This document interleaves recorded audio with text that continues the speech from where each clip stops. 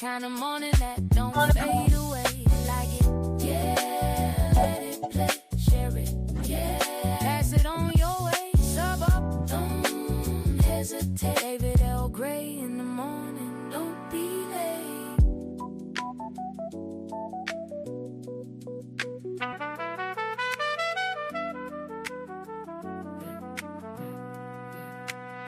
David L. Gray in the morning. Welcome in to David L. Gray in the morning. Glad to have you here for another one. Hey, I am so pumped up. I'm like so excited for what's about to go down on July 1st with the SSPX. I guess they have to they got to do what they got to do. Got to do what they got to do. They got to consecrate the bishops for they can stay alive. And offer the services they think that Jesus Christ needs only them for. So, man, July 1st is going to be so exciting. I may make some cupcakes for myself. It's like a celebration for us to finally be done with the SSPX. And if what's going to happen, what we think is going to happen, I'm going to report later on in the show what's going to happen with the DDF. Already preparing to excommunicate these guys, prepared to declare a schism. The document has already been written. It's about to go down, as they say. So it's gonna be we're no longer going to celebrate July 4th. The new day of independence is going to be July 1st. Independence from the prideful, the disobedient, the rebellious SSPX. Can't wait. So we're going to talk about that later on the show. And then I got some good news for you. Got some good news. We got some sad news. We're going to talk about that. And we're also going to talk about the fallout of the meeting that Pope Leo XIV had with the Anglican Archbishop from Canterbury, I believe, the woman. Got to talk about that. And then we'll get into the SSPX story. And our new day of independence is coming. So this is David L. Gray in the morning. Let's go ahead and get started with our saint of the day. Another thing that I'm really excited about, Saint Catherine of Siena. That's going to be something that we all should be excited to hear about. Today is her feast day. And so it is April 29th. Man, we're about to roll into May already, man. The year is just disappearing. Where is it going?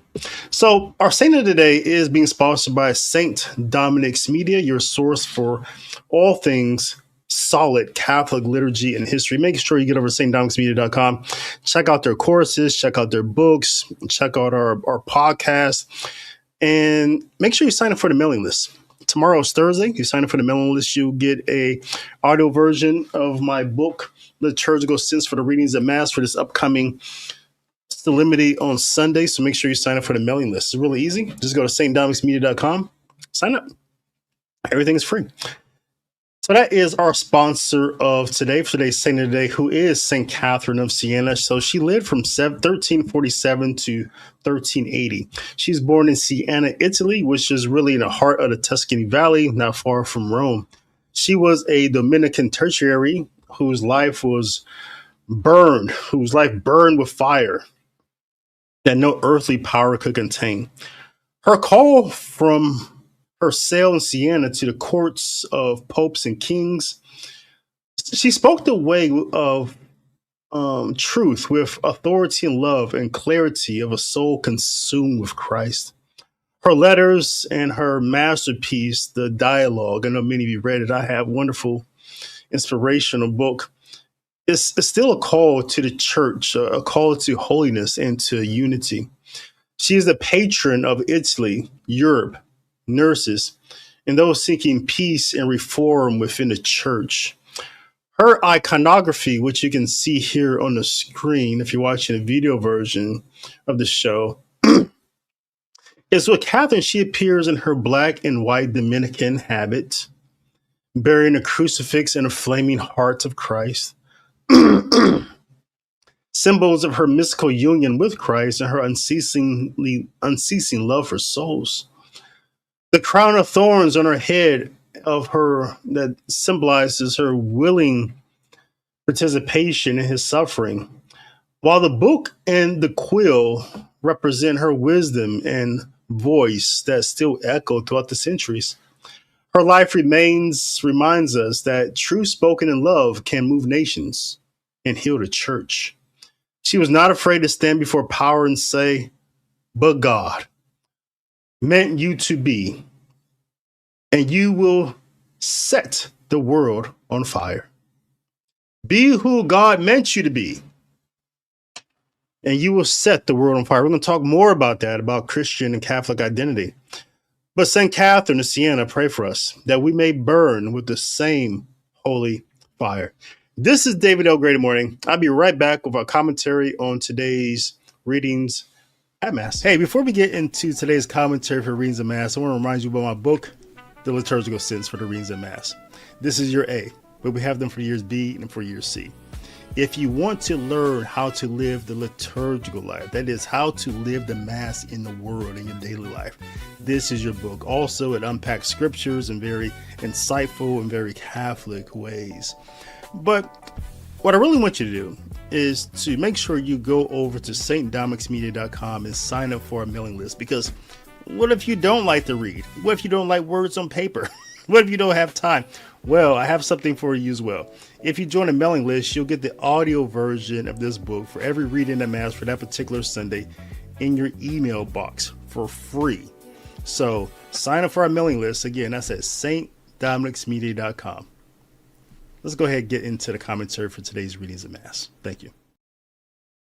Welcome back into David O. Great Morning. Our readings today, our first reading comes from Acts chapter 12, verses 24 through 13:5. And they concern Barnabas and Saul completing their relief mission, and when they return from Jerusalem, and then being sent forth back out to the Holy Spirit, by the Holy Spirit, to Seleucia and then to Cyprus and Salamis. So it's a mission first reading. And then our responsorial psalm comes from Psalm 67, and it says, "O God, let all the nations praise you." And then our gospel reading, which I want to offer a commentary about, comes from John chapter 12, verses 44 through 50. And it says that Jesus cried out and said, "Whoever believes in me, not only in me, but also believes in the one who sent me. Whoever sees me sees the one who sent me. I came into the world as light, so that everyone who believes in me may not remain in darkness. And if anyone hears my words and does not observe them, I do not condemn him. For I did not come to condemn the world, but to save the world. Whoever rejects me and does not accept my words has spoken as something to judge him. The word that I spoke, it will condemn him on the last day, because I did not speak on my own, but the Father who sent me commanded me what to say and what to speak. And I know that his commandment is eternal life. So what I say as the Father told me." You know, we live in a world that is in a place that is a state that is, it's a culture as well that's just antithetical to that basic teaching of Jesus Christ that is about his identity and our identity in him. And so I want to give you 4 things to take away from this gospel reading today that we can apply to our life. And the first one is that Jesus reveals that true identity is received, not constructed. Right? So the world wants to teach us that you can be whoever you want to be, that you can construct your own identity, and it can be in complete conflict with who you are biologically.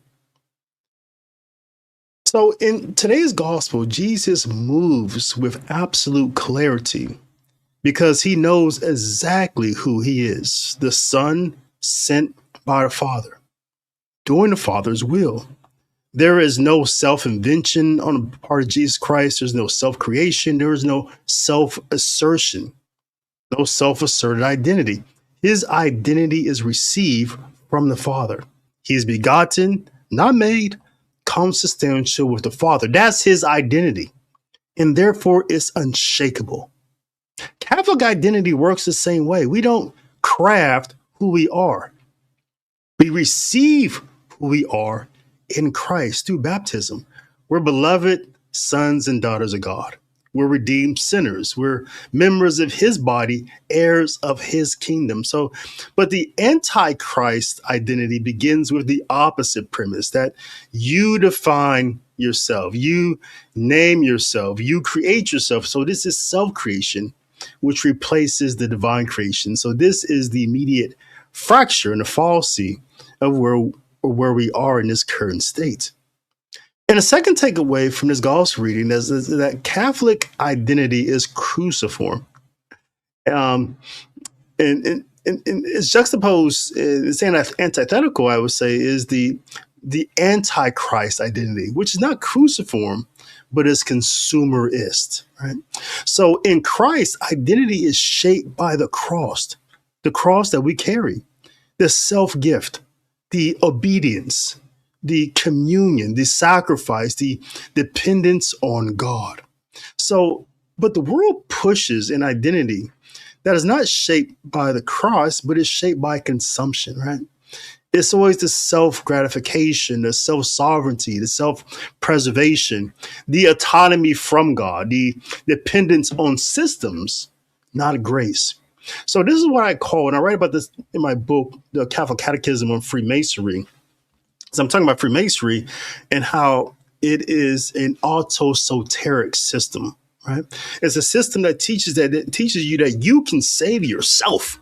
The only thing you need is apply some working tools to your life, figure out how that whole thing works, and you can save yourself. It's autosoteric. But as Catholics, we don't believe in autosoterism, that we can save ourselves. No, we believe in soterism, that we have to be saved by another.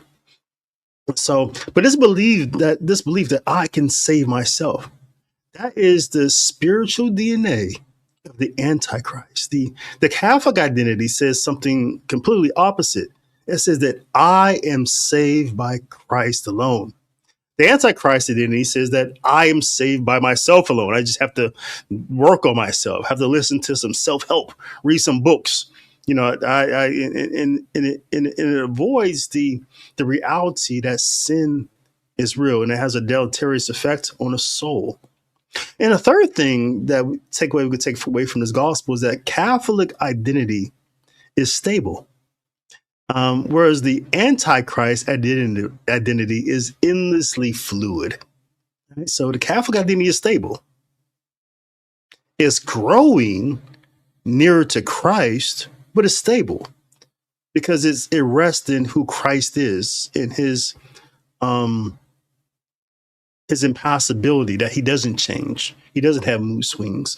Whereas the Antichrist identity is just always in flux. But notice here in gospel reading that Jesus, he never negotiates his identity. It's never compromised.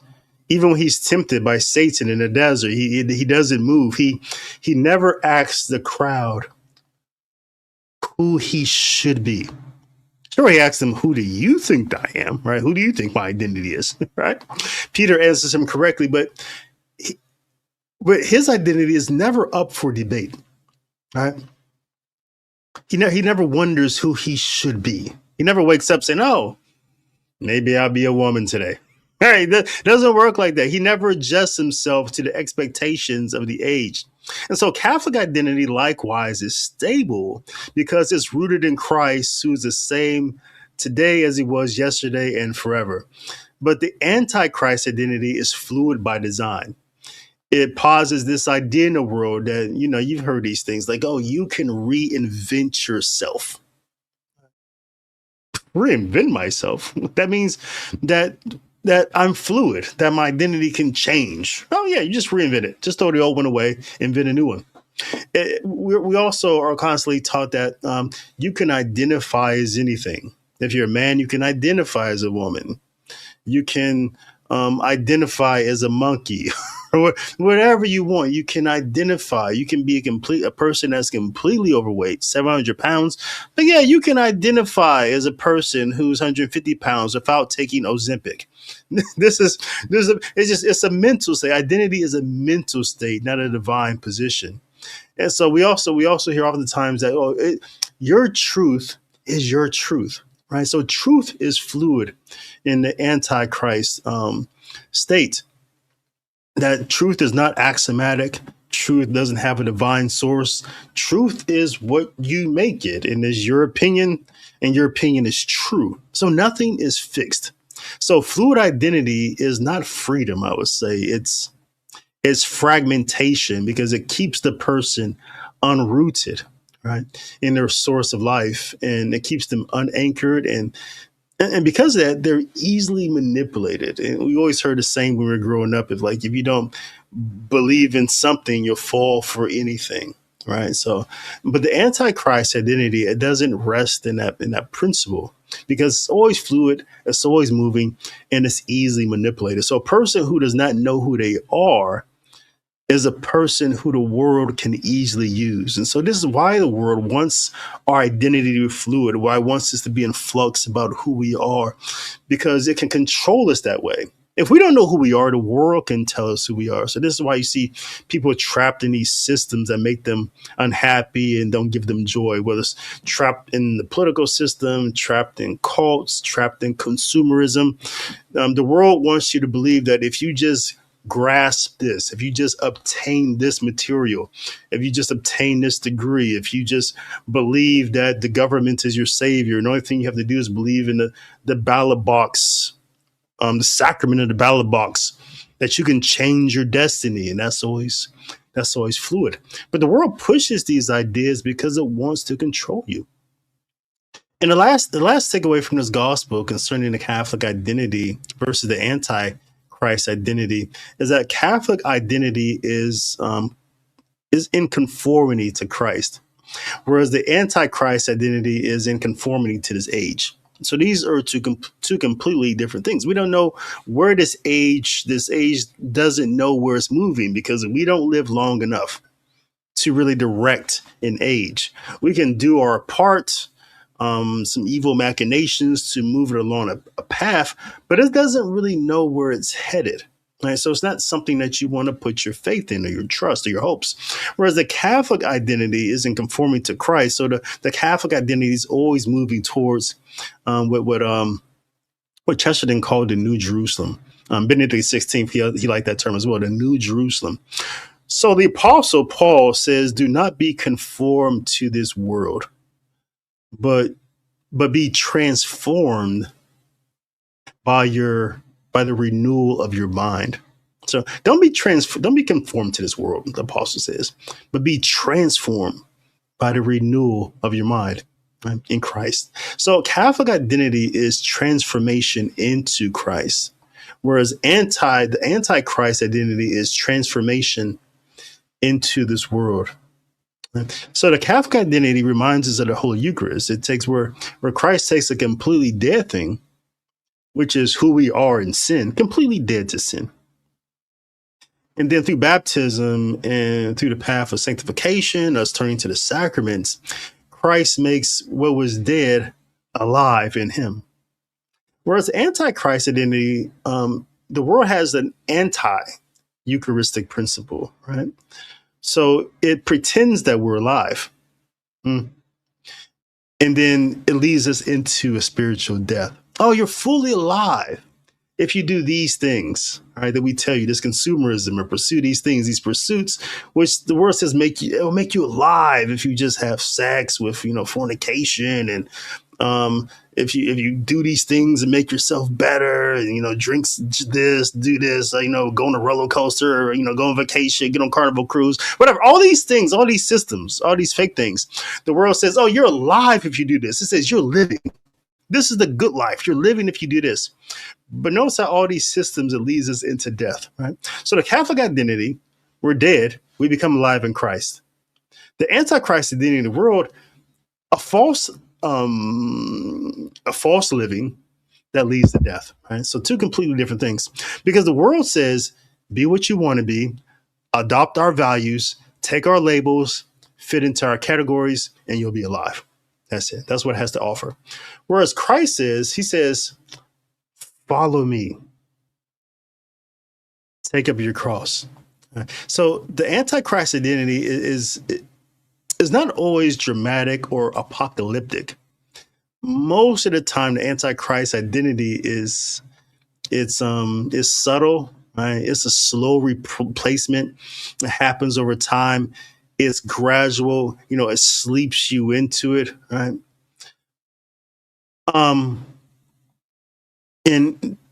The Antichrist identity is always seeking approval from the world. So you really never know who you are in the world unless the world approves who you are. Right? So this is why you see a lot of affirmation in Antichrist identities. Like, oh, you're a man who has a woman face. Yay. We accept you as you are like that. And we'll give you applause. Right? This is the Antichrist identity. It's always seeking this approval and applause from the world. So this has been David O. Gray in the morning. I'll be right back with a couple of good news stories and one sad news story. And then we'll get into our top story with the hammer, the anvil, ready to be dropped on the SSPX. This is David O. Gray in the morning. I'll be right back. Hey there. I am David O. Gray. I am a Catholic theologian, getting my doctoral degree in liturgical catechesis from the Catholic University of America. And this is my morning show. Welcome in. We do this every Monday, Wednesday, and Friday. Start off with Joy in the Morning, where I give you the saint of the day and an enlightening commentary on the readings of Mass. And then we get into something interesting. I'm looking at something in faith or culture from a lens of a Catholic who believes in faith, reason, logic, and the teachings of the church. There's no deviation from the magisterium here. Why people like this channel, why people sub, why people keep coming back is because I look at things from a very critical lens. This is no emotions applied, no groupthink, no talking points to the day, none of that. Nothing campy. I'm not saying what I'm supposed to say. I'm saying what's true. Sometimes we get in those boxes, and I think that's very dangerous when we get comfortable and we just go along with what people think and what we're supposed to believe. No, if it's not dogmatic truth, then we ask the questions, why? And so that's what we're doing here. And I hope that you like it. Yeah, I may get emotional myself. I may call something stupid or retarded. I may crack some jokes. But that's why people like this channel. That's why they sub. That's why they share. That's why they like. That's why they join the community, and I hope that you do too. Let's get back to the show. Hey, welcome back in to David O. Gray in the morning. Welcome in, everyone. We got Annette here. She's making her coffee. Always good to see you, Annette. Always appreciate you. Come in. Everyone's making their coffee. I appreciate that. You guys, welcome in, Claudia. And got my sister, Brianna, here, decided not to play golf today. I was joking with Brianna yesterday. I said, hey, you ready for join the women's PGA tour, right? Actually, golf's a lot. So I thought she's ready. She said she's not even close.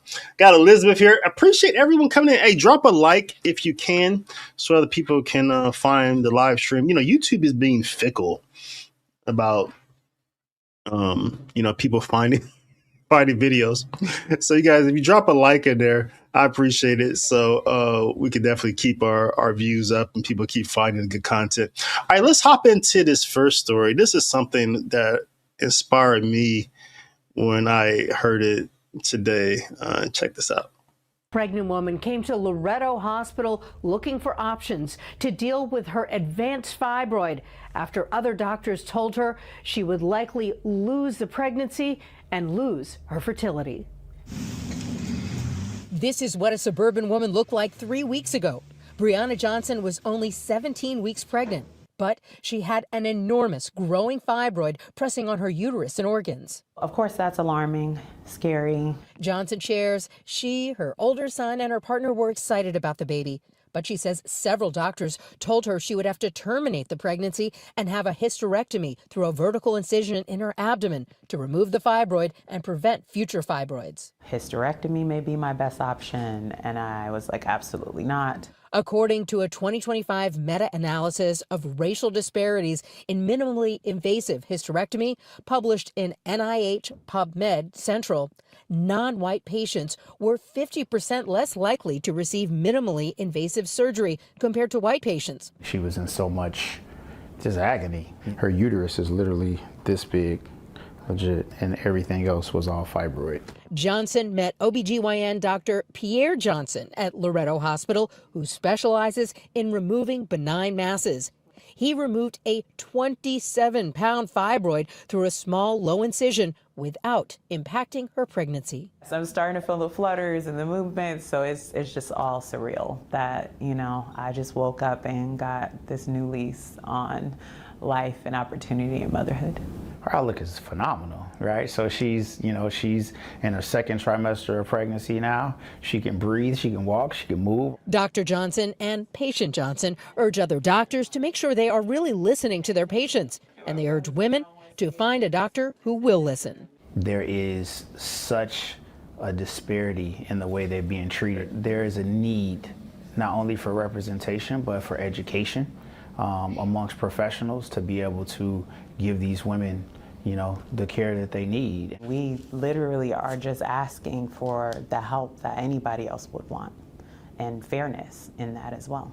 Brianna is due in August, and while the doctors are monitoring her closely, she is expected to have a healthy rest of her pregnancy, and her fertility is preserved.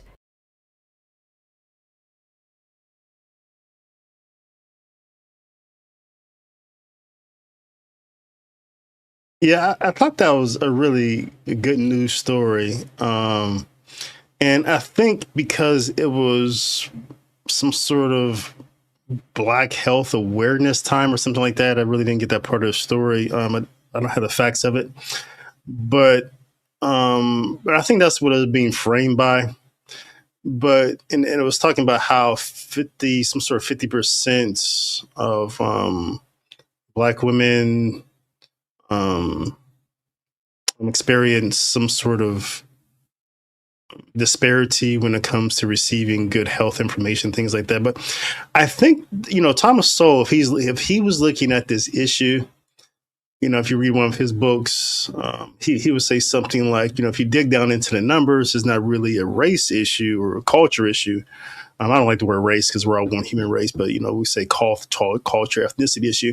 He would say that if you dig down into the numbers, you'll see that it's really a poverty issue, and that it looks like it may be ethnicity issue, a culture issue, just because of, Black people will have a greater, be disproportionately represented in some areas where people receive poor health care. So that he'll say something like that. And I believe that was true, because I think poor women, just in general, poor women, or people and women who live in areas with poor health care will probably experience the same thing. I think there's just a disinterest in really caring for a woman's maternity health in places where the solution is always death, right? Just abort the baby, just kill the baby, and this is just systemic to just poverty throughout human history. People of more substantial wealth somehow get better solutions. They have better access. Whereas poor women tend to have higher maternity rates. Their children die more often. That's just what the facts of the matter is. But what I really love about Brianna in this story was that she didn't settle just for that solution.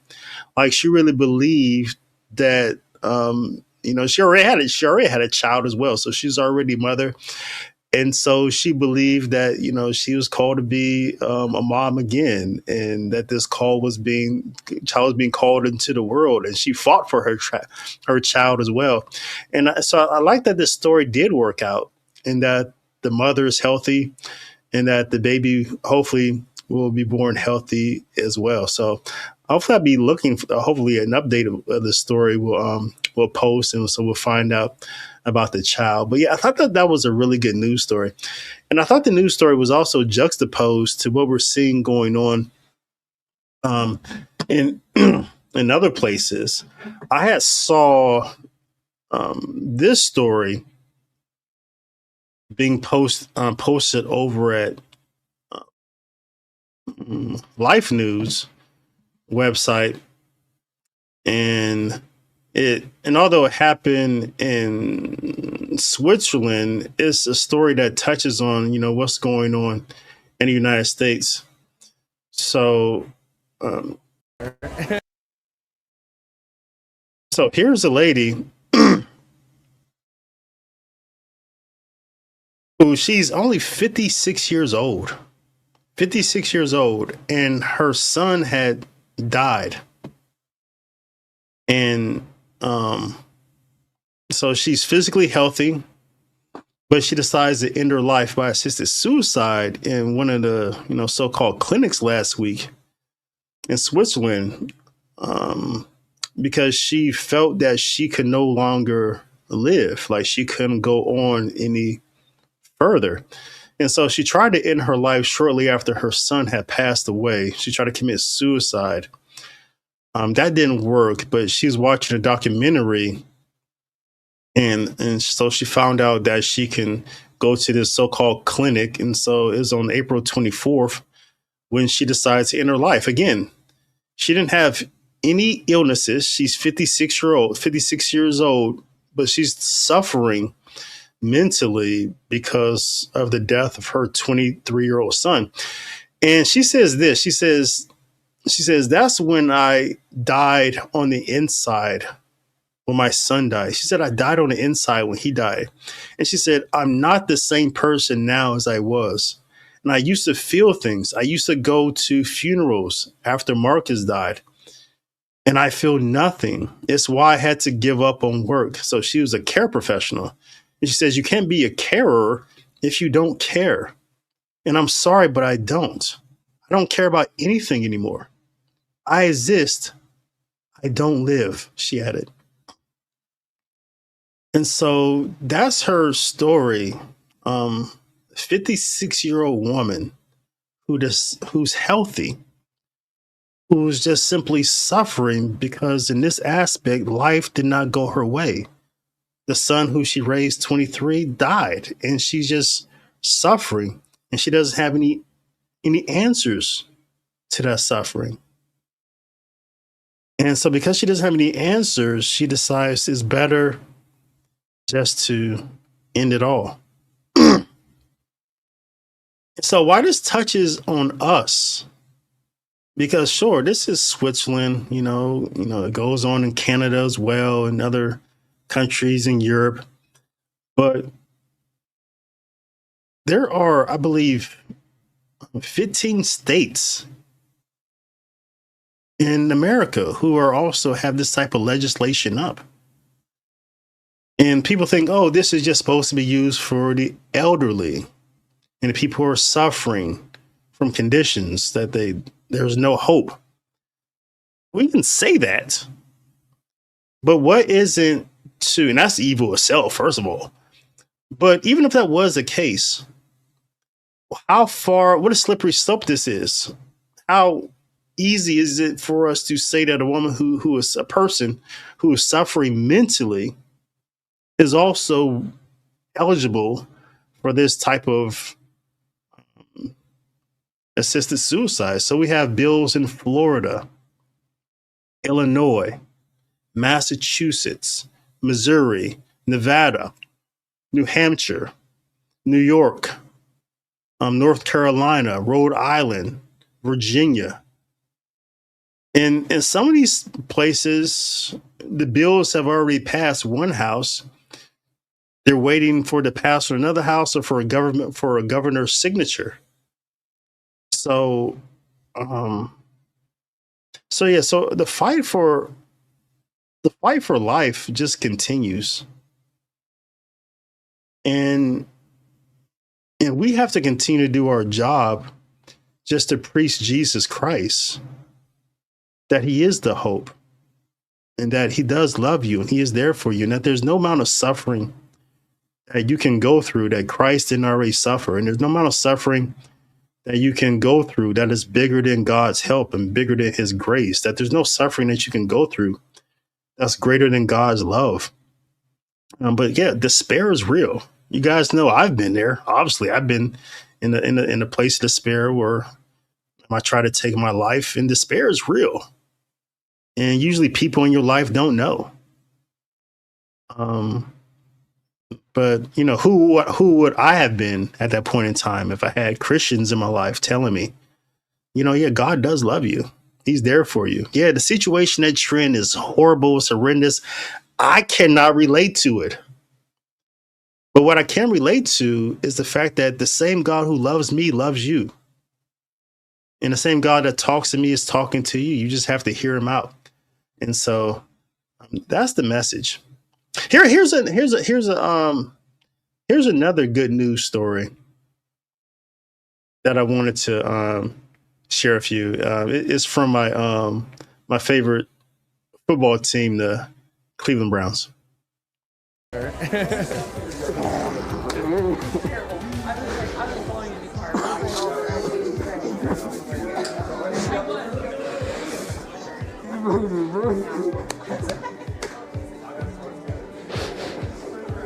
my God. Thank you for doing it, bro. Stay straight, you doing the work. It's a goal that me and my brother always had. I always told you I was gonna told you I was gonna I know. I think it's just like such a full circle moment for the whole family to see finally, like after all the efforts we put in to try to get someone in the NFL, we finally got one. I'm glad I could change my family's lives. You don't understand how much joy I feel for you, bro. It's good, bro. Ooh. You know, I'm super excited to just take advantage of the opportunity. I'm glad that they took a chance on me. You know what I mean? And I'm ready to just go ball out. Yes, sir. Yeah, so the kid that you see there, the young man that you see there, he just drafted by the Cleveland Browns on day 2. I think he's a 3rd round pick. His name is Denzel Boston. So he's a receiver. He's drafted by the Cleveland Browns. And I would just, my heart just felt good just looking at this story and seeing how a family can have like a dream together. And that dream could be realized. And the amount of joy that his brother just took him in his arms and they cried because they fought for the dream. There's a lot of sacrifice, a lot of hard work. And you can really imagine that his brother, you know, he looks like, you know, he's a nice height. He looks like he's probably an athlete as well. And it's surprised something he worked for, wasn't able to get there. Right. But his little brother gets there. And my heart was just warm just hearing how a family can hope for something together and it can be realized, and how we can really apply this ourselves to, this is just the NFL. It's a sport, it's material in a sense. I'm sure he's going to buy his family a house, some cars. They're going to be financially set for, is that the money is probably going to be what they call generational wealth. It's going to change them materially. Their children won't have to worry about how I'm going to pay for college if he does the right things with the money. So they're materially set. But but this is something we can apply to the divine life as well. Like how a family can come together and pray together and help you really make the sacrifice, the tough choices, and everything they need to do to get to the New Jerusalem and get to heaven together. And just imagine, if heaven was like that. All right. Just imagine if, all the hard work we put in, praying together, praying the rosary together, going to mass together, making tough moral choices to get done together, to do the right thing, right? Like, not cheat on our taxes. I don't know. Whatever tough moral choices that families have. Like doing all that hard work and not anything crazy, not getting like a priest or nun in the seminary or something like that, or, getting a priest, one of your sons, or a daughter out of a nuns out of one of your daughters. Nothing, just be normal and just going to mass and going to confession, doing the readings, just the basic stuff, the rosaries, the novenas. But it's the hard work because it's antithetical to what the world is telling us to do. And then just imagine if heaven is like that, where you're there, and the people you've been praying for, they have a good judgment day, and they walk through the gate, so to speak, and you just hug them and embrace them like we did it, like we made it, and it has to be joyful, right? And I think that's just one thing, really, just to hope for, that we are the type of people like Denzel Boss and his family, that we can rejoice as they did on our day that really matters, that good day after Judgment Day. So that's a good story. Let's get into some church stuff. So I was really man, you guys saw some of my posts on like Facebook and on x.com, or I think that's probably in place I posted it, is that I was really shook by what had happened when that Archbishop from the Anglican Church was being paraded around the Vatican like she was a, I don't know, human on a planet of the apes. You remember how on the planet of the apes, how the apes would like parade around the humans? That's what it felt like. Like, oh, this is a human. Let's show her around. Like she's the monkey, and let's just show her around and parade around and show her. That's what it felt like. She was a human on a planet of the apes. And let me show you, if you haven't seen a video, let me pull it up here, because I thought this was like craziness, just sheer craziness.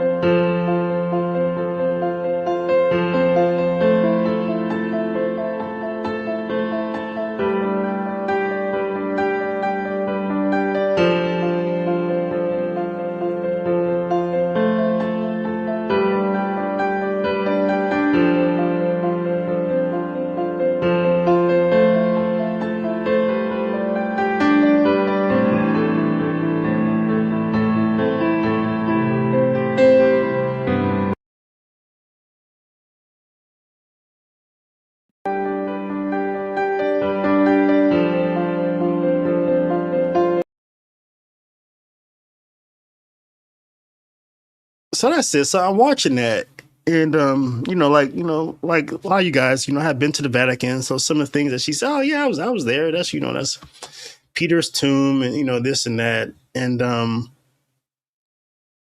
then you read the story about Pope Leo meeting with her, and how, and I get where he's. And I kind of get where he's coming from in a sense, because I think we understand who Leo is, right? He's a big tent person. He's like Francis. I don't think there's any barriers or anything like that. So I think from his perspective is that, he's just about having the doors open and pretty much just saying you're welcome. Okay, I think he's another one of those type of popes. And I sort of get that. Okay. At the same time, I think there's a lot of problems with it. Like the problems that we saw with Pope Francis, that, yeah, you can meet with some weirdos, some skittles, but if there's no change after meeting with them, then you're not doing what Christ did. When people encountered Christ, there was change. Okay. And I'm trying to micromanage the Holy Spirit. I'm not saying change has to open in an instance, but when you hear what Francis is saying, and you see that video, it's one being paraded around like a human on the planet of the apes, and then you turn around to hear what she has to say about that encounter. To meet Pope Leo, but it was in a sense of feeling that here were two pastors meeting each other and talking about what we could pray for each other, and also praying together for the world. So just immediately, she sounds like she thinks that she met her peer, that she met her equal. She's saying, oh, these are just two pastors praying together. about the things that we have in common. So she doesn't have any sort of change, any sort of awareness, any sort of conversion. She thinks she met her equal. And so she doesn't really see or really understand the Catholic difference. That they're walking around the Vatican and welcoming you. Maybe someone there thought, oh, maybe if she just comes in and she sees the glory of the Catholic Church, maybe she'll see the difference. Maybe she'll have a conversion, or her heart will want to move, because we have the tomb of Peter. We have the tomb of Paul. Maybe she'll see that this is the church, right? The fact that, but when she was in there and she did a blessing with the sign of the cross as an Anglican in the Catholic Church, it was just completely insane to me. But we understand it, because now she's doubling down. She's our equal. She's the peer of the Pope. And for the church. We both recognise that regardless of me being a woman, this is a significant moment in that both our churches have been on a journey together to deepen our friendship, to pray together, and to seek that unity to which we are called. And Pope Leo says that he makes, he doesn't say, he says the opposite. Actually, he doesn't say unity is impossible, but he says there's some serious issues here that, appear to be insurmountable. So that's what he says. So Leo sees the difference. I don't know who was thinking, if we invite this lady into the Vatican, that maybe it'd be a moment of conversion for her, because apparently she just didn't see it. So then, in a way, because of this, because of the outcome, it sort of amounts to, being a scandal in a way. Because this is indifferentism. This is being apathetic. It's just a goulash soup of indifferent apathy. Flavors of apathy and indifferentism just being thrown around. That's what it is. Right? So we do have to draw lines. We do have to make clear distinctions and not be wishy-washy about this at all. Like they are not like us. They aren't like us. We're not the same. And so someone had asked me, I think one of you guys asked me on my YouTube post, he's like, hey, so what's next?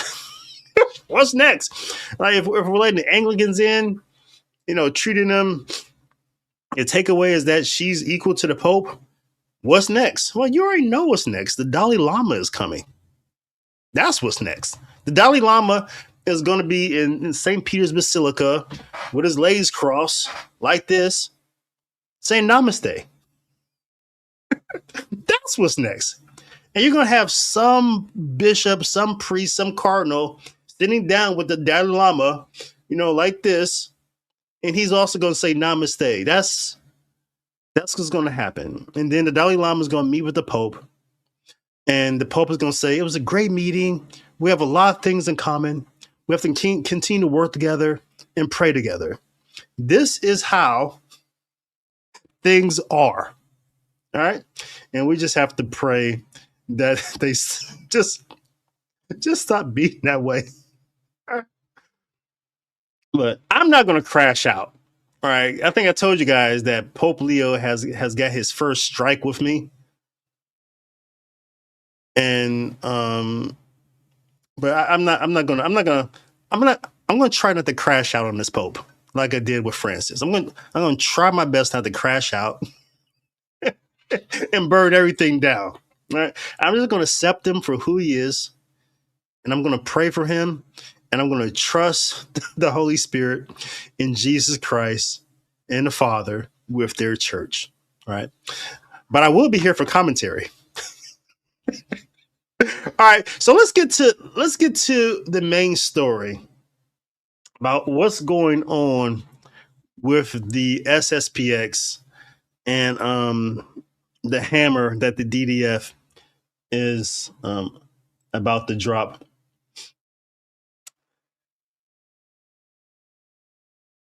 And Marmar says, yeah, the video was so cringe. It was cringe. It was so bad. It was just a train wreck.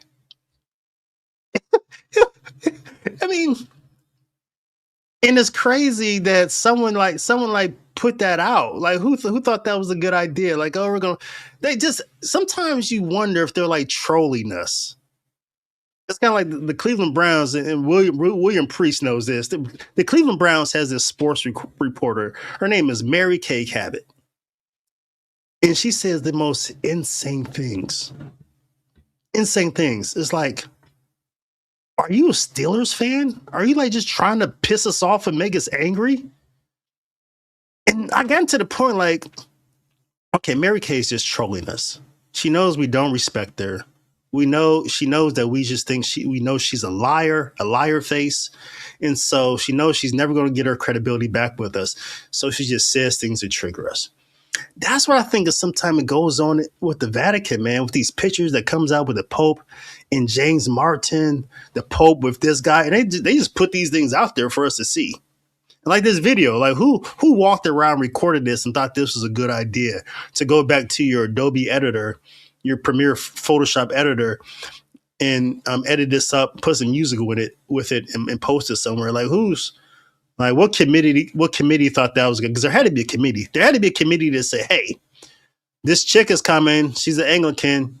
And what should we do with her? Should we just have her meet the Pope and keep this whole thing quiet? Or should we parade her around like a human on a Planet of the Apes? Like, who's the person in the committee said, who voted for parade her around? And then who said, oh, we should video it and edit it and add some music to it and post it online? That'll make everybody happy. Like, who's so disconnected from reality they thought that was a good idea? You have to wonder about these things. And you have to wonder who's on that committee. But maybe they're just trolling us. Maybe it is. All right. Brian says the Browns blessed them. Yeah. And we could take all the blessings we can from Denver fans. Yeah. Claudia says, I only invite people to the church who are interested in joining, never those who are anti-Catholic. That's disrespectful. He could talk and pray with her on.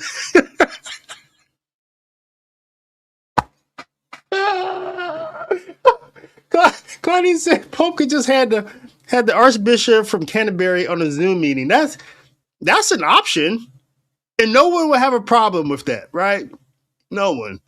And we wouldn't even find that be disrespectful. It's 2026. Zoom is perfectly fine to have a meeting about what can we pray together with the Anglicans. I think that's a good idea. Yeah. And she almost seemed as if though she was like above the Holy Father, like very prideful. I think she did come in with a disposition like the Pope and I are equals, right? In fact, I may even be better than him because I'm like this woman Archbishop. I'm the crap. I'm walking around like, yeah. It was crazy. Barbara said she got an audience because of her title, significance, and religion. I was sad the Pope did not did this. Have to pray. Yeah.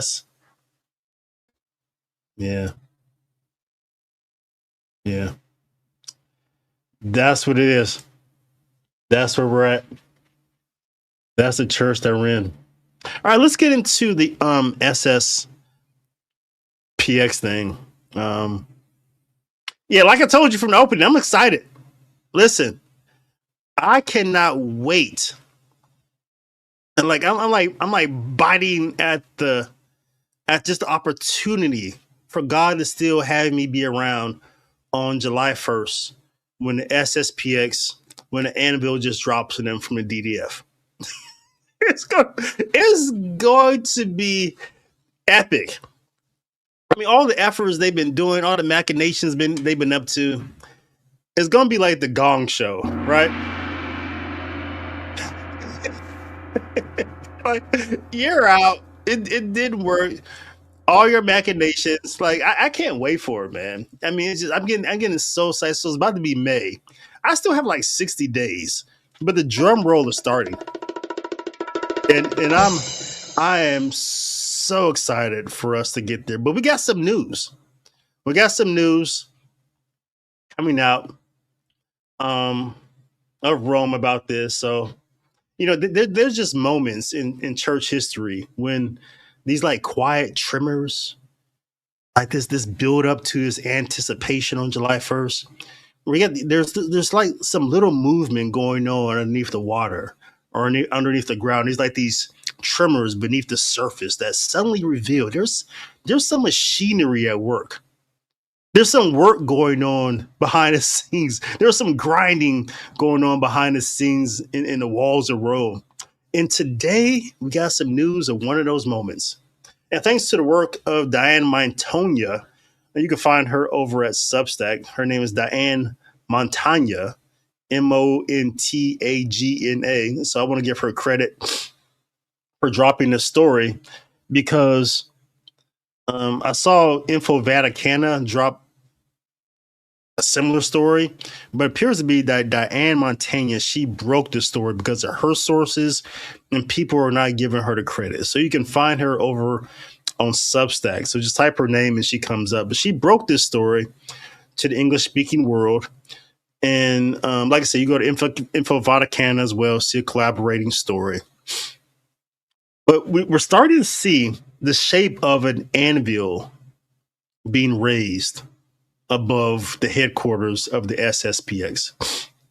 So according to Diane's reporting, based on sourcing of her, of an Italian journalist who she oftentimes uses as her source, his name is Nico Sputoni, that the director, so here's the news, the director, that the dicastery for the doctrine of faith with Fernández, under Cardinal Fernández, has already prepared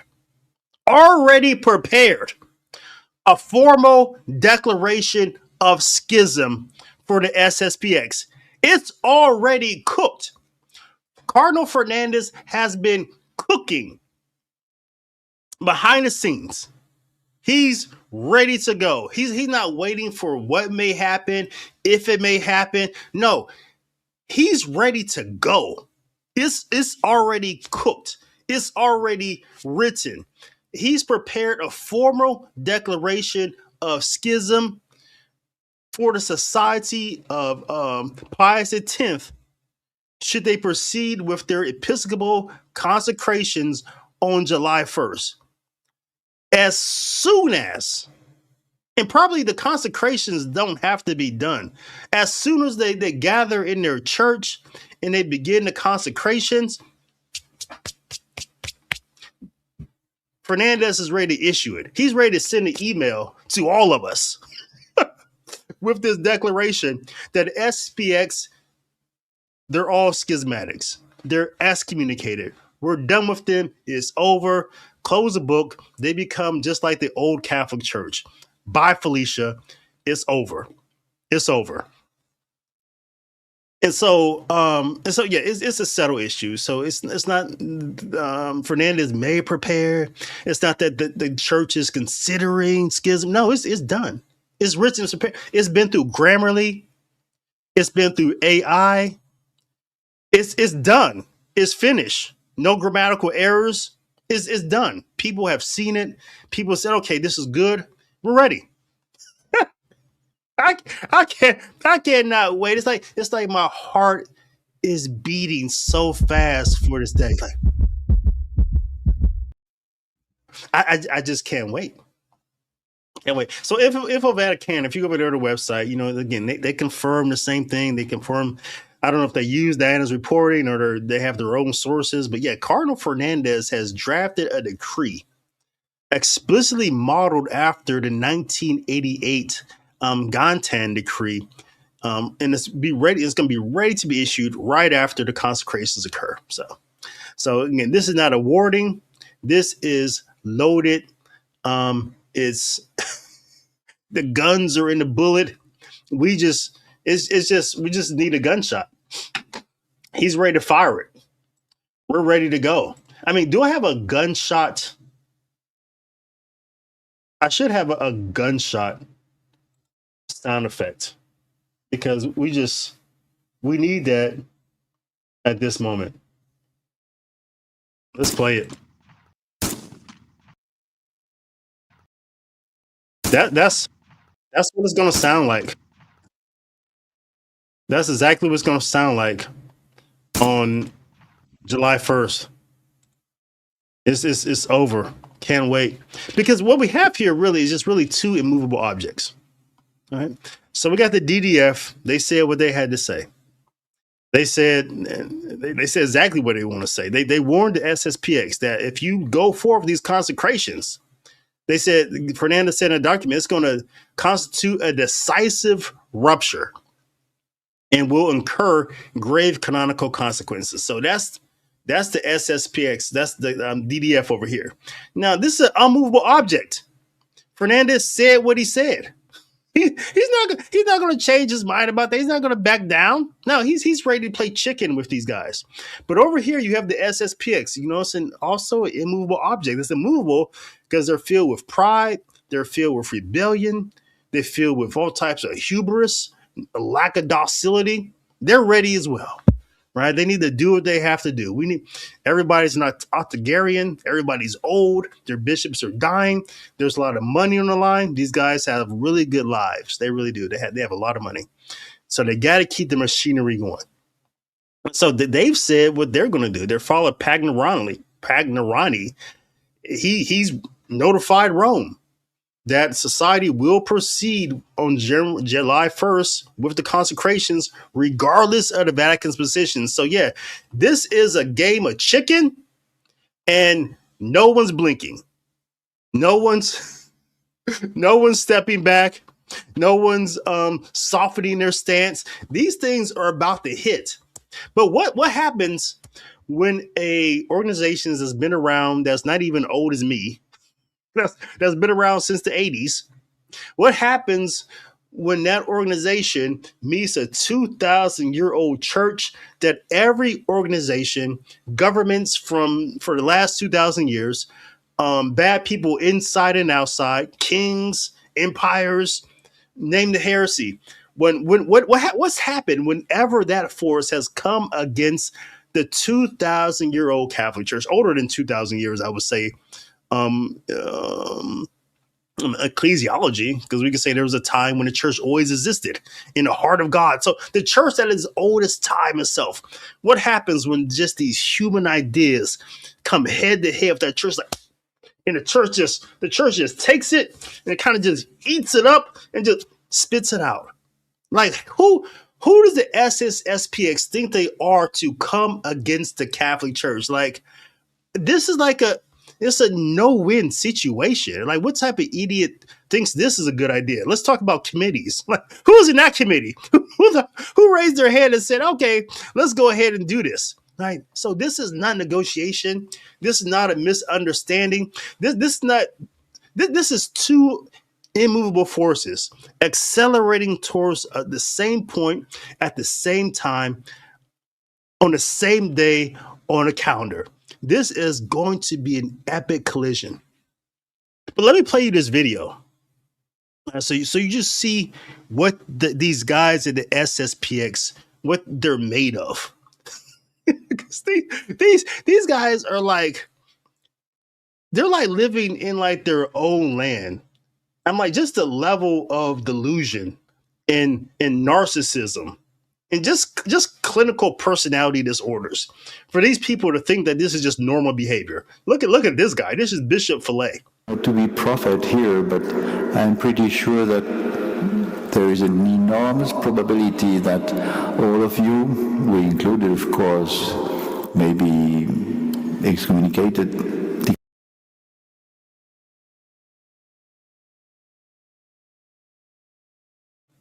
So he's he's giving this homily at this parish, and he says, hey, I'm putting you guys on notice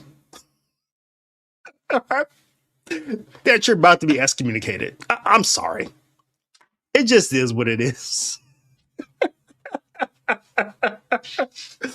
imagine you're there. You go to the SSPX mass. Bishop Fellay is going to be there.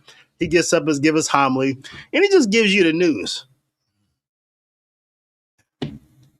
Sorry, you have an STD. Yeah. Syphilis, the tertiary kind. Like what? What type of news is this? I have syphilis? Yeah. It's so bad. We're just gonna have to cut it off. That's the equivalent to what he said. This is just bad news. There's just no way around it. And he's the doctor. He's just giving it to you how it is. Sorry, it's too far gone now. It's gonna happen. We gotta cut it off. All right. And this is really. We could even say diabetes. Yeah, you didn't take care of yourself. First of all, you was eating the wrong things. You weren't getting the exercise. Yeah, we're gonna have to go cut off your whole leg. What you mean, doctor? You mean just my foot, right? No, not just your foot. The knee? You cut it off at the knee, right? It's not that bad. Just right above. Like I'll have a little nub right here, right? Just a little nub. Like I can still walk if I want to. No, that was worse than that, son. It's worse. It's worse than that. We have to go all the way up to the pelvic. The pelvic? What? I'm losing it all. You didn't take care of yourself. So that's what Bishop Fellay said.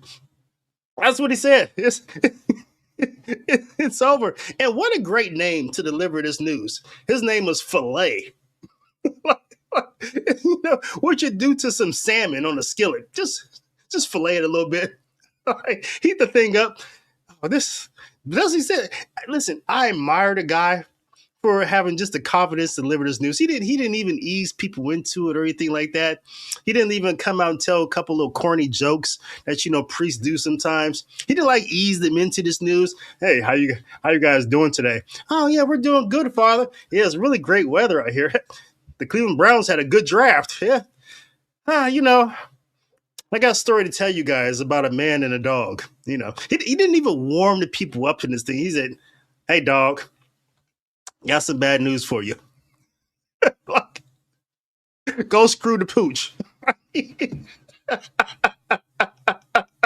Declared schism. There is a very high probability because they already said it in public.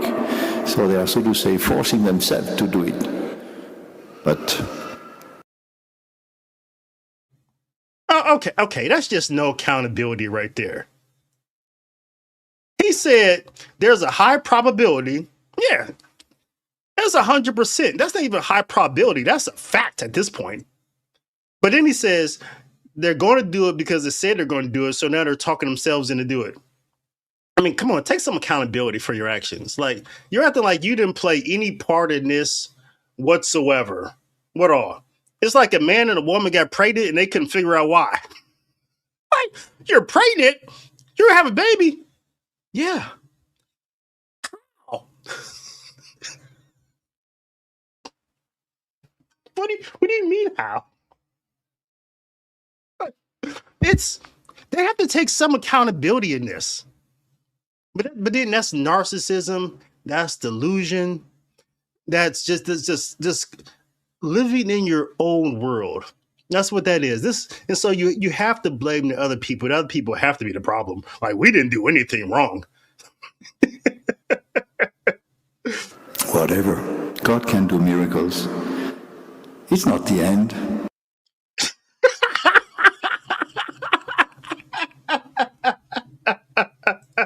Listen, I hate to laugh at I hate to laugh at him saying, you know, it's not the end. God can do miracles.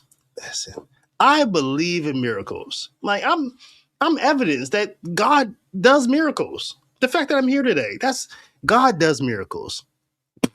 But at the same time, I'm like, God does help those who help themselves, Bishop Fellay. Like, what is God supposed to do with you guys? Like, what type of miracles? The only miracle God can do at this point is make you humble. If God were to make you humble, that would be the miracle. What else is God supposed to do with you at this point? What type of miracle do you want from God? Come on now. Even when God did the multiplication of loaves and fishes, he had a little bit of help. Yeah, hey, give me the kid. Hey, there's a kid here with 2 fish, some bread, some Kool-Aid, and some hot sauce, right? And so Jesus was like, hey, just give me the bread and the fish. I don't need the condiments. And then he just multiplied it, right? But he started with something. What is God supposed to do when he starts with nothing? Like you're not giving God anything to work with at all. He said, oh, it's not too late. Maybe there could be a miracle. I don't know. I believe in miracles. I do. But I don't think the miracle that God wants is not the miracle that I think you're ready for, buddy. It's not the end. But our history shows that God wants us to be a sign of contradiction. Here we go. Here we go. See, this is what I was telling you guys a little while ago when I did that video on signs of high control cults. Remember I did a video on high control groups? This is definitely cult activity at this point.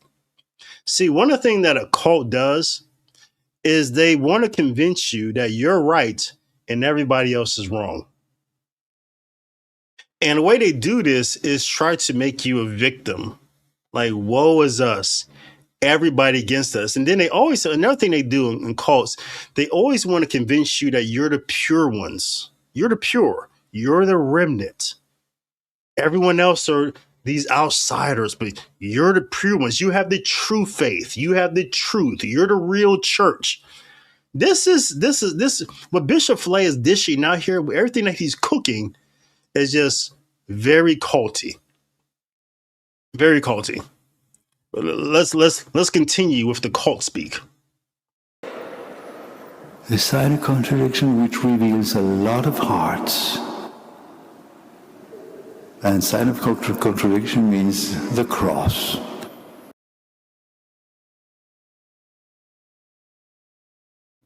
Yeah.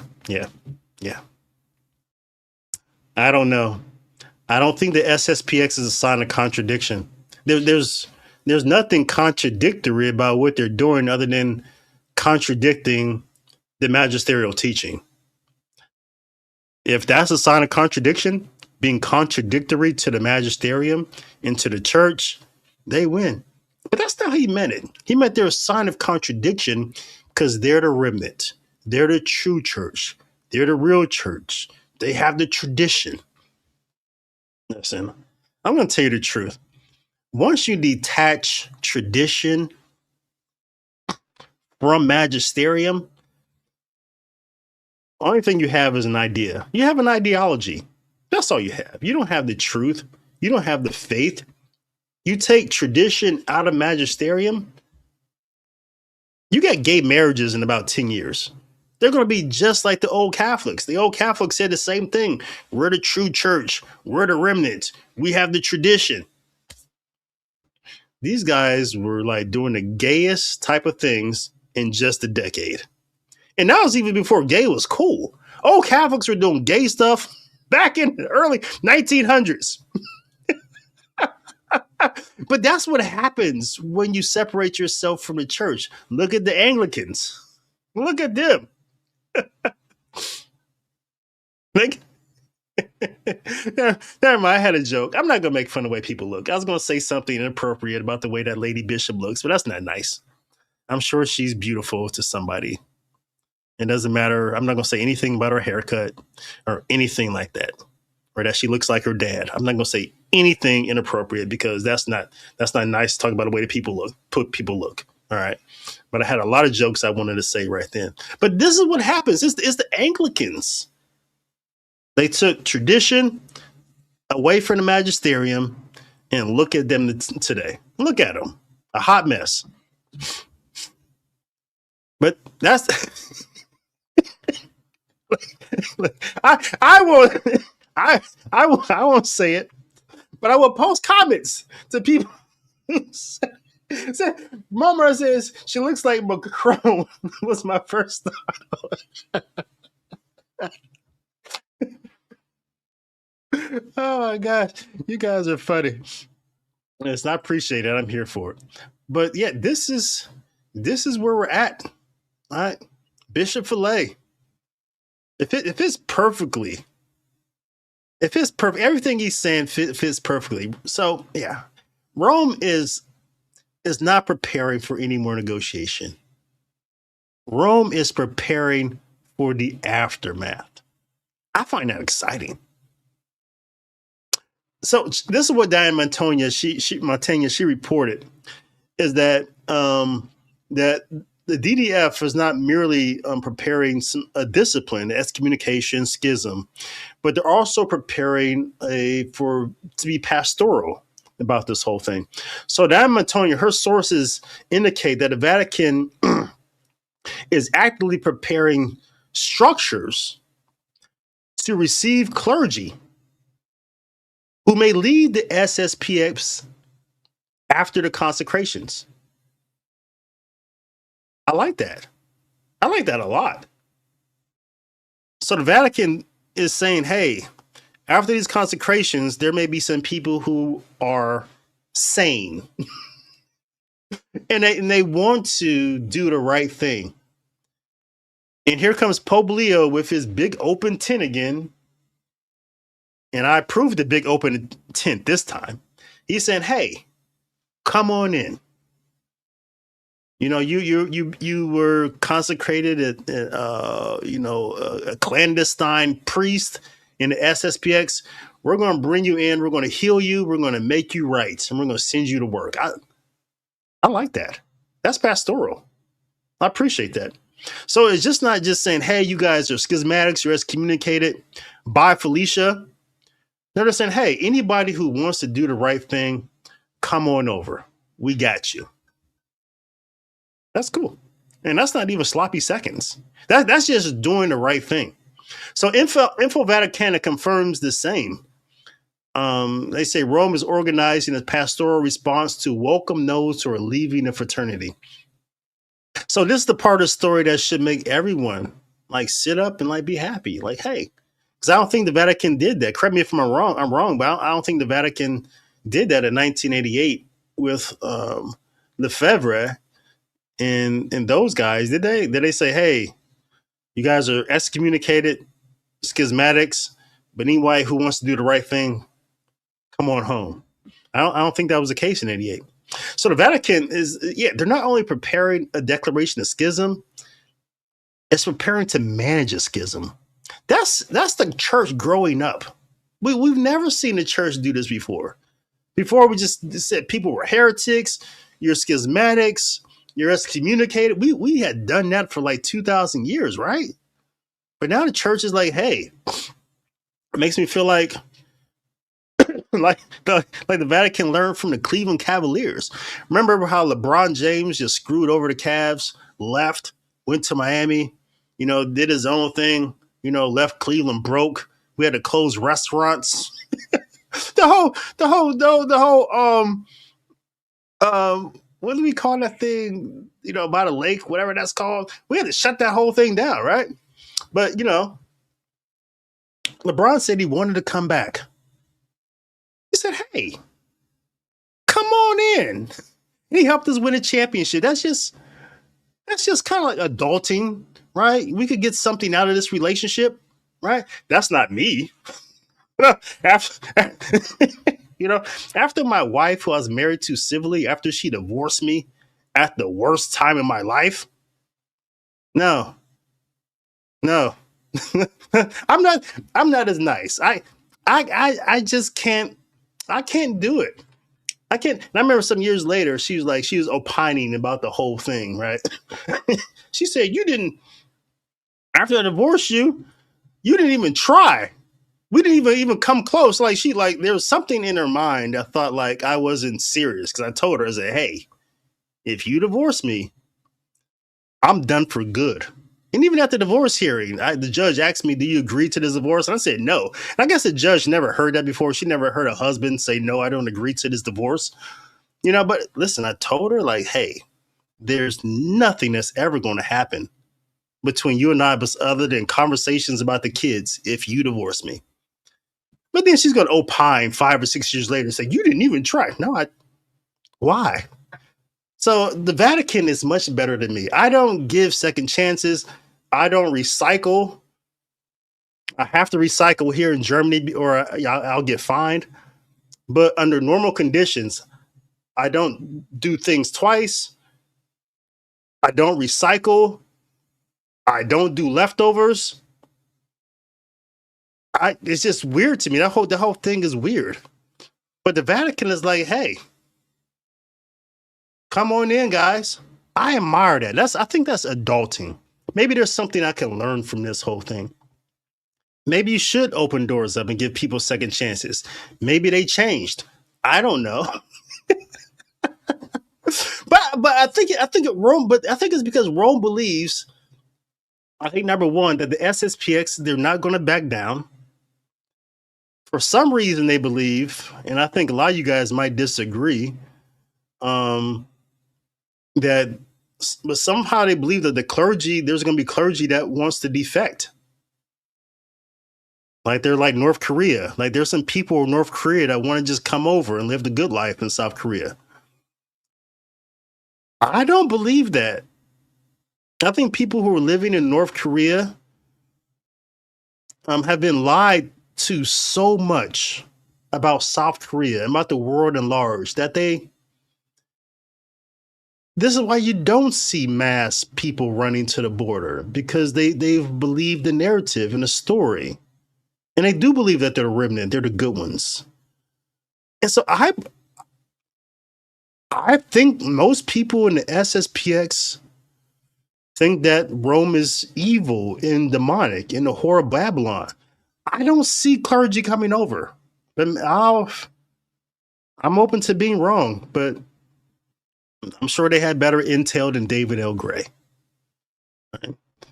I'm just sitting in the second floor of my house here with a camera in front of me.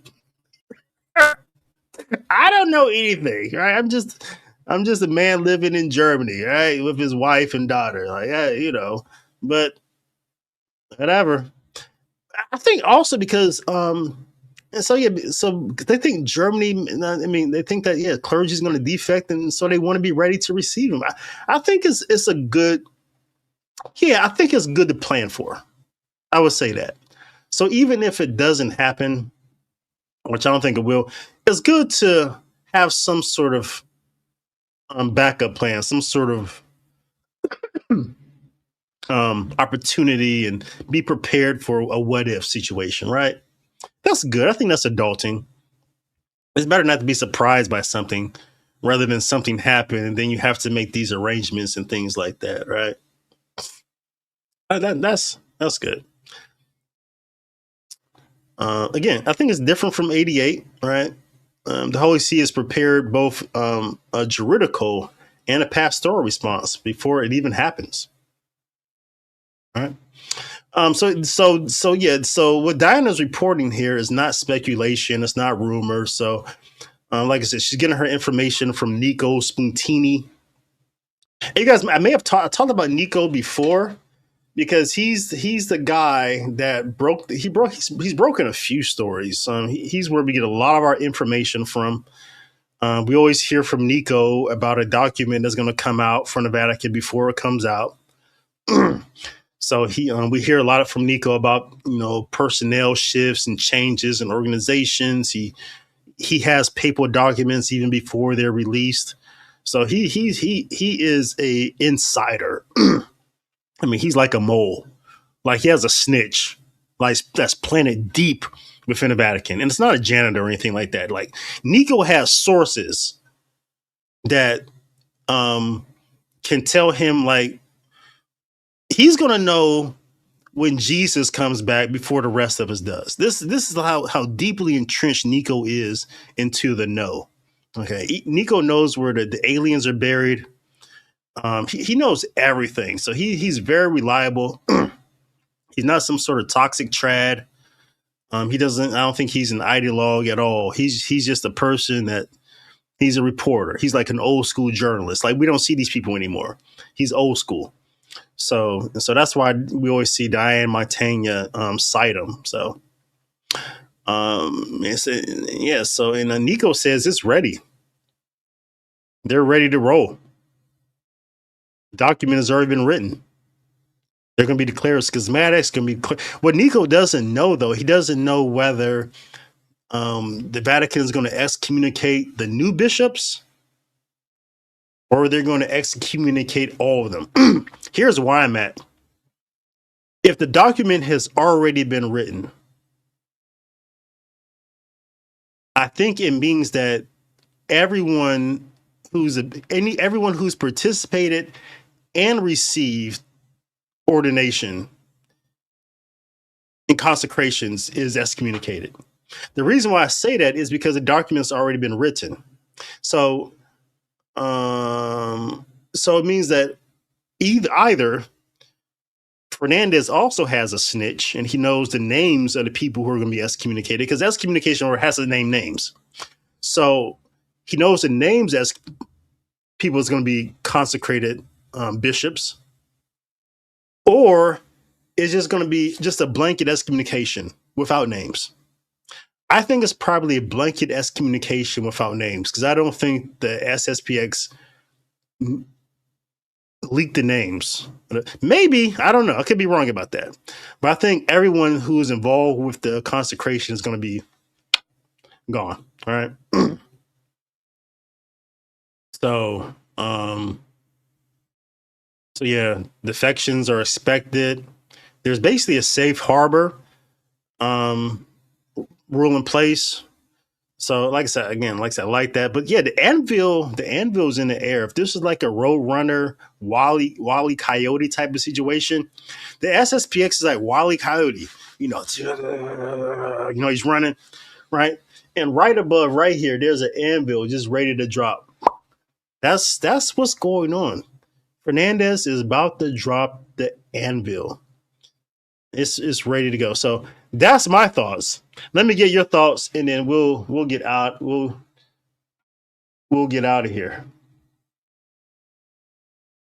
But yeah, I'm so excited about this. I mean, July 1st cannot come soon enough. It just really can't. Brianna says the Vatican is not playing with them. They are not playing with them. This is not a joke at all. I love it. They keep pushing and pushing, and the Vatican has said that's it. Like a toddler throwing a fit. That's a good analogy, because that's what the SSPX is doing. This is a temper tantrum. Let's be honest about that. This is a temper tantrum. They're slamming their door, they're throwing things around the room, and the Vatican they're like, yeah. Is your temper tantrum over? Okay. Here's the consequences. This is just adulting. I love it.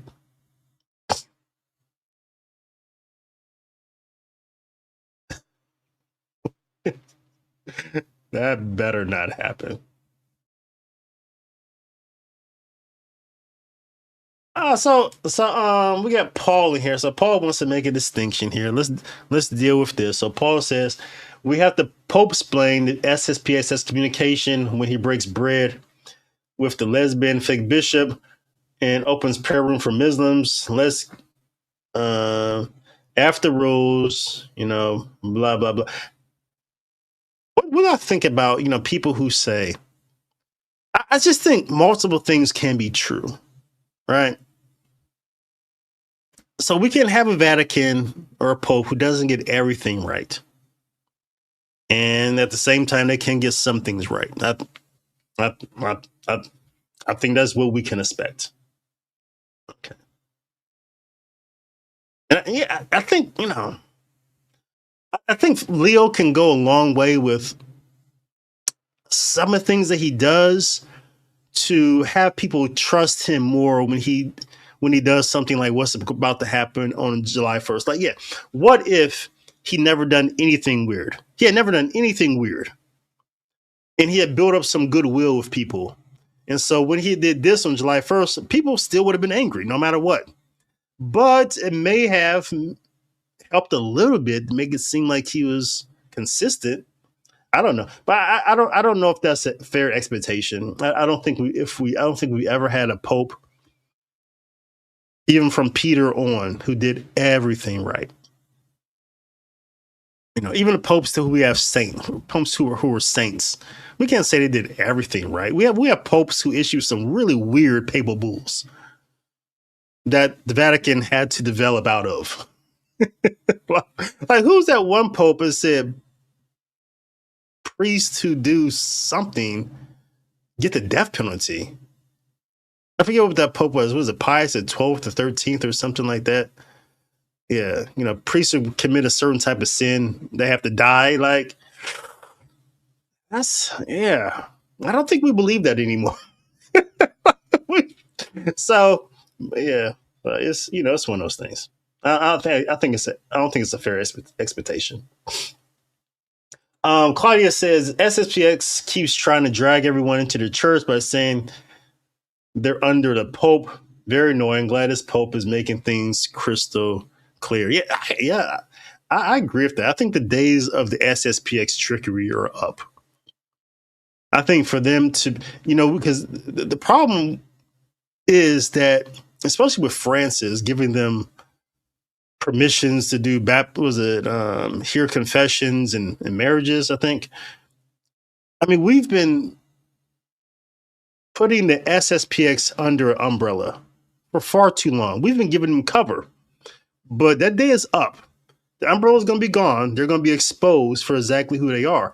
And so they won't be able to say that we're the true church, we're the remnant, because everyone's going to see that they lack docility and they're full of pride and they're narcissists. So I think that day is up. I agree with you, Anna.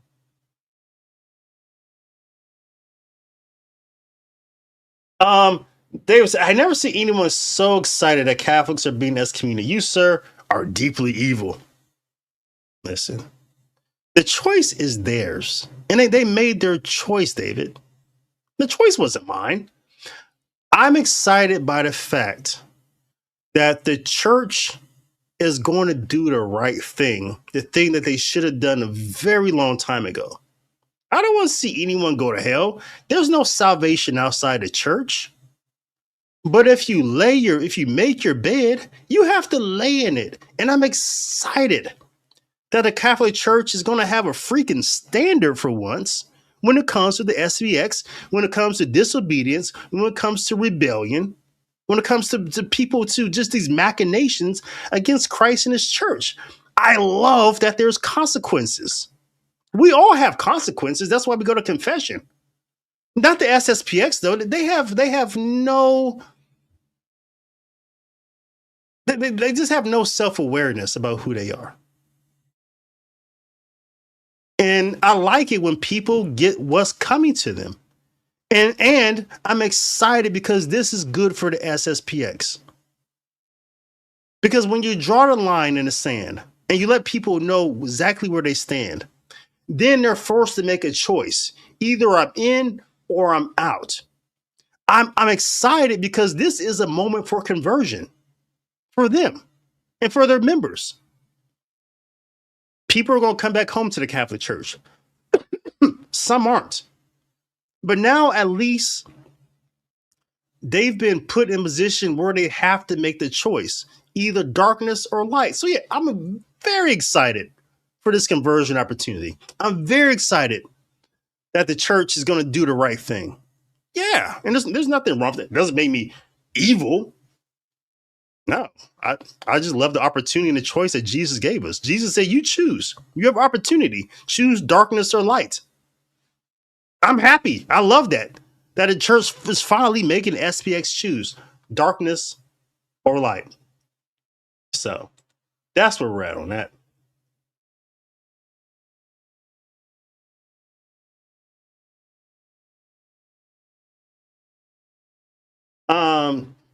Paul Madave says the SSPX and German bishops are on flip sides of the same coin. Pope Leo unfortunately doesn't see them treat. Listen, I'm with you on that. All right, but I've said this before in other videos.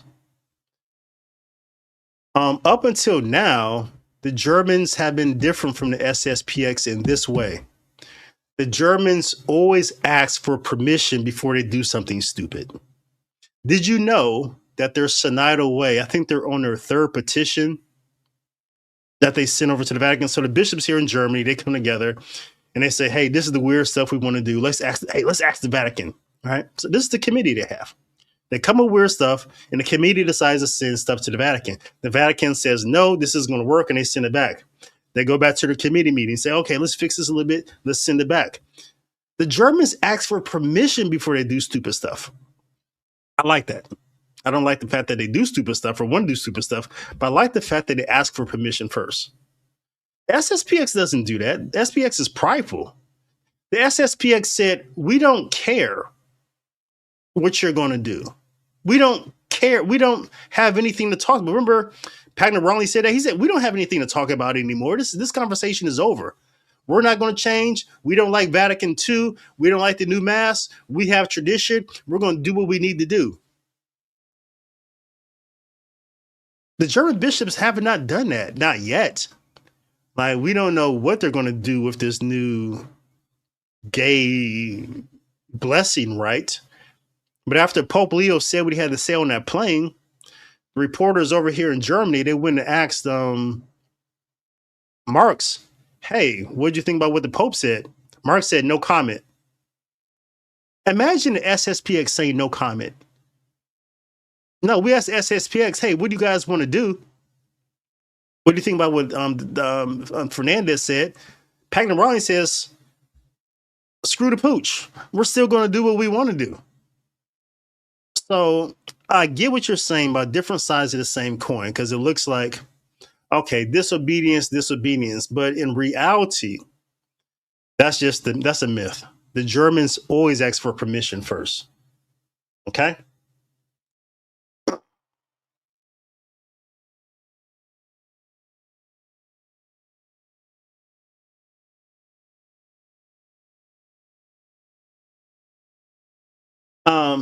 John B says maybe Pope Leo, by inviting the head of the Anglicans, is saying this is how your church can become the gayest church on earth. Listen, the Anglicans don't need any help from the Catholic Church on how to be gay. They have the whole Skittle thing mastered way better than, some of our churches and bishops have it. Come on, let's be honest about that. I mean, listen, that was a reach, John. The joke had potential, right? But no, it fell flat.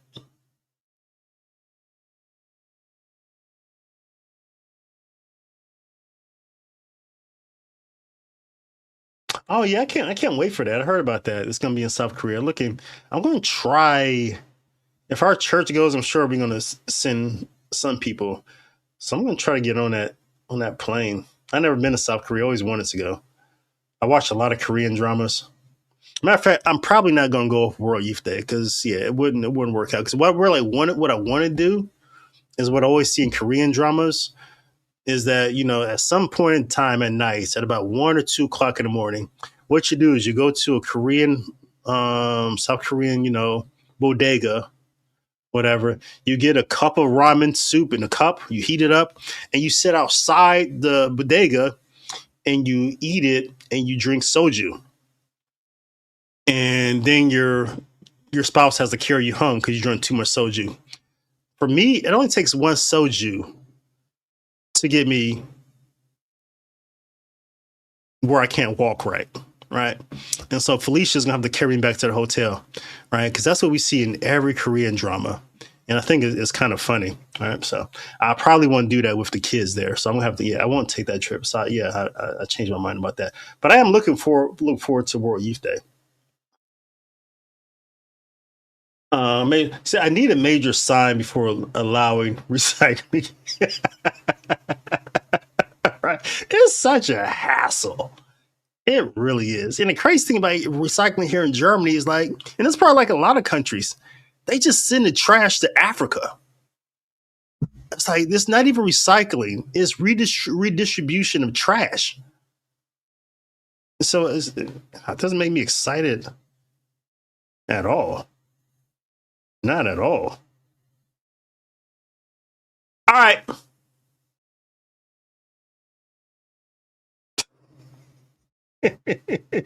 John said, David, you prove you're a young convert, naive. I don't know. I don't think going on like, what, 2 decades? Yeah, I don't think being 2 decades is a young Catholic at all. I think it's in dog years. I'm a very old Catholic. 20 years? Come on now. I could have 2 Dobermans by that time. In dog years, I'm a very old Catholic. And mind you, that that my Catholic experience as a Catholic has been quite abnormal. So you really have to multiply those 20 years of me being confirmed a Catholic. You have to multiply it by like 1.5. Right? My experiences and my knowledge, my traveling as a Catholic gives me a lot more experience than like most Catholics. So actually, yeah, I'm like, probably, I've been Catholic for 35 years, just based upon experience. Like if you were to hire me for being a Catholic, hey, I want to hire a Catholic. You would look at my resume and see the things I've done as a Catholic. You'd be like, oh yeah, he has more experience than normal Catholics. So you have to count my experience as well. And so shame on you, John, for discriminating against people who have been Catholic, who haven't been Catholic all their life. Shame on you.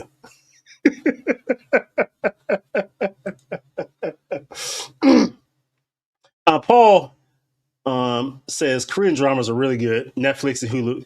Yeah. But I've been watching a lot of them on Prime as well. I like Netflix because they're more wholesome, right? You don't get the whole, a lot of fornication and the weird stuff going on. So I like Netflix. They tend to be wholesome. But also Prime. Amazon Prime has some really good Korean dramas too. I'm not Disney, Hulu. My wife watches them on those. I don't know. I think they're kind of raunchy, right? Tend to have a gay character or something like that. But I think they're good, especially the mystery ones. But yeah, I tend to stick with Netflix and Amazon Prime. So yeah. All right, my friends. I'm out of here. Appreciate you staying in for this long show. But I think we had a good time now. I think we talked about stuff. I think Father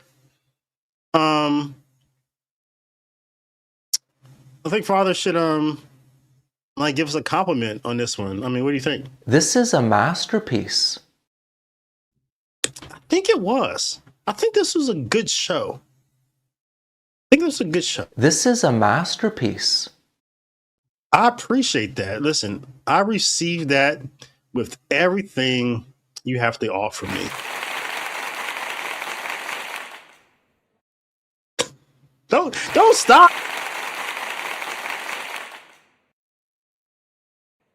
Oh God! I don't deserve it. Please, I really don't deserve it.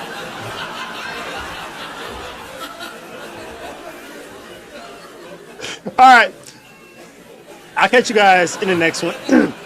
I'll be back Friday with a guest. And so, God willing, I'll be here Friday with a guest. But until then, and until next time, blessings and peace to you and to yours.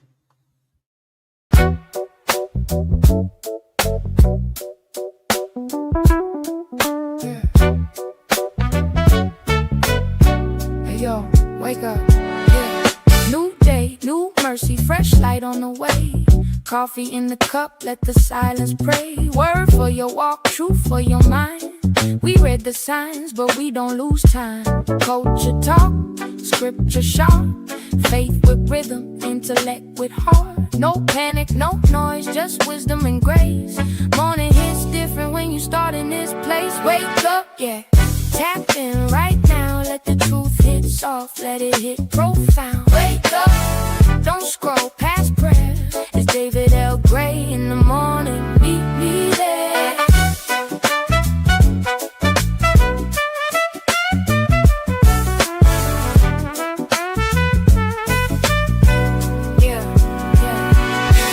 Think clear, breathe deep, set your pace. Faith ain't heavy when it's put in place. Start with God, then face the day. That's the kind of morning that don't fade away. Like it, yeah, let it play, share it, yeah.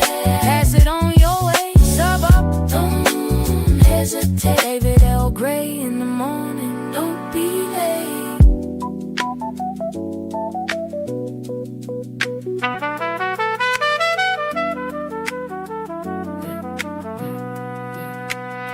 David L. Gray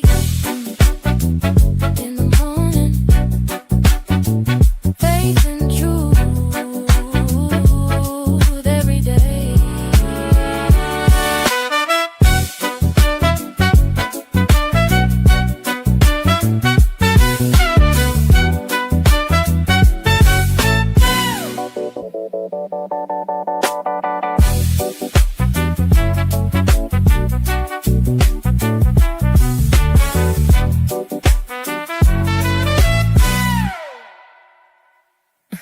Ayo.